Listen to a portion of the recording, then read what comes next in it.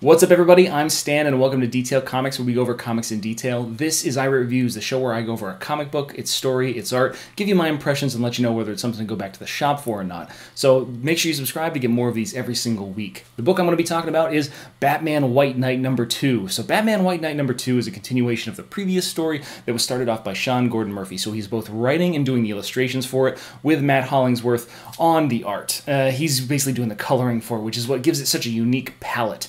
So when we're talking about Batman White Knight, this is an Elseworlds story. There is no point in DC continuity currently where this book fits in. It is a story outside of any current timeline that is known to man. So this is where you're going to have to suspend a few of your kind of preconceived notions about who Batman is, who the Joker is, who Harley Quinn is.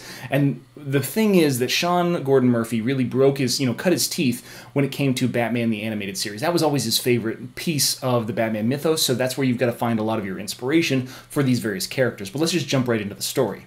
What we see is that Jack Napier is mounting his legal defense, and after a lot of heavy word balloons about talking about the justice that has not been served to him and how he was kind of created as a monster that developed, the Arkham Asylum, it was a tool of the government and the GCPD to create this iron fortress for all these various inmates.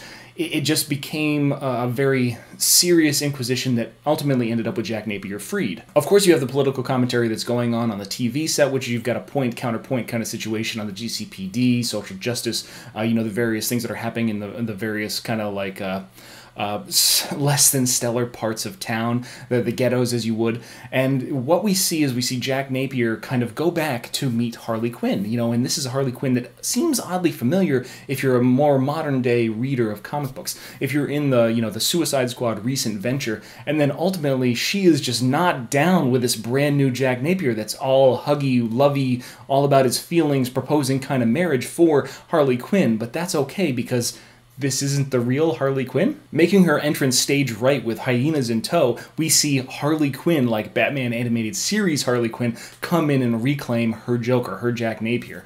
She is just not really stoked on this new version of Harley Quinn and ultimately takes Jack Napier back to home, her apartment. And in the meantime, we get this kind of interlude where we've got Victor Freeze. He's working on his unfreezing technology so that way he can save his wife. They tested on some mice that Barbara Gordon is absolutely enamored with. She thinks they're the cutest things ever with their little helmets.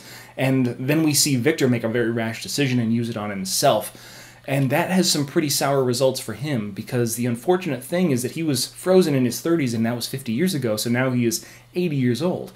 Now they can negate the effects of Victor Freeze's freezing process, but they still don't have a cure for the disease that would save his wife. So now he's just artificially aged himself 50 years without any kind of real need to do so, which is frustrating in the least. We see Bruce Wayne kind of go off into this social gala. We see the other interactions between Jack Napier and Harley Quinn, and she's talking about his psychological profile because she's a psychiatrist. She gives him a lot of background and a lot of understanding into why she left him. Why the original Harley Quinn no longer, felt the need to be around the Joker. And this was pretty elaborate. He was easy to fall in love with, but then there was one day where she realized that, he was in love, it's just, it wasn't with her.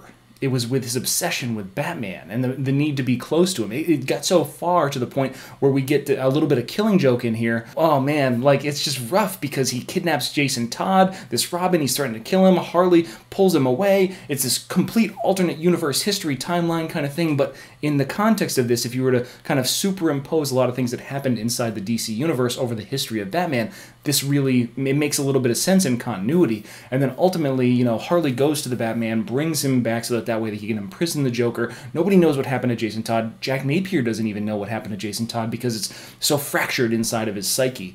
And it's just one of those things where they decide that at this point in time, they're going to do something good for Gotham, and they have an idea as to how to do it. While Bruce is at this kind of like high-to-do socialite gathering, he gets a lot of really sour news, stuff that he might have been too distracted being Batman to really absorb and take into context, and that causes him to give a little bit outlandish when it comes to the other guests and, just punch him out at that point in time, and then, storm off. But what we see is the final kind of results of Jack Napier bringing together and pooling a lot of the criminal underworld, the supervillainy of Gotham, and then with a relatively ingenious plan that utilizes Clayface takes them under his control.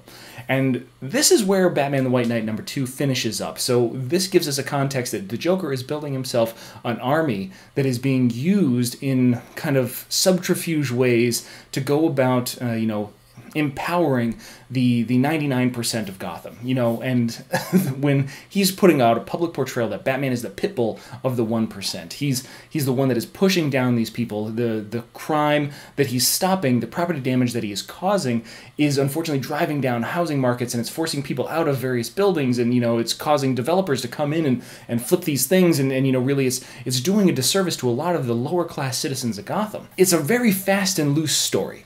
I'm really enjoying it just because it's just wild and crazy, but as far as the continuity, it feels like we're kind of in a very much a world fleshing out stage. It doesn't necessarily have a very serious through point at this point in time. The only thing you can really count on is that Jack Napier, as his current iteration, is going to be moving forward with the best interests of Gotham in mind, and that is to rid Gotham of the Batman. So we're not sure if that's a personal interest or if that's what he feels is the best interest. We're not sure what the level of, his actual cure is when it comes to his psychosis. And the fact that there are two almost identical Harley Quinns and one left before he could even realize, and that he doesn't understand what happened to Jason Todd.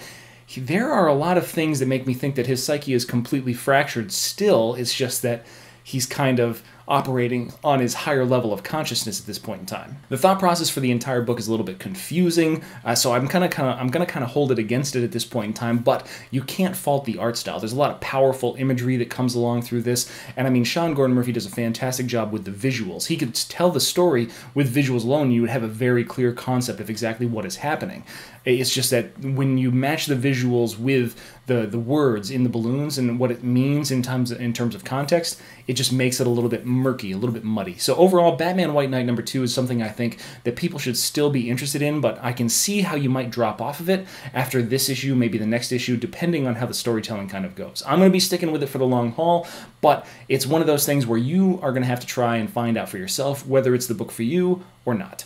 But those are my comments and those are my thoughts on Batman White Knight #2, but I want to know what you guys think too, so hit me up in the comments down below and we can start that conversation. As always, if you like what you see, hit the like button. Don't forget to subscribe to get more news, reviews, and commentary on comic books, comic book movies, comic book TV shows and games, and anything and everything inside the world of comics.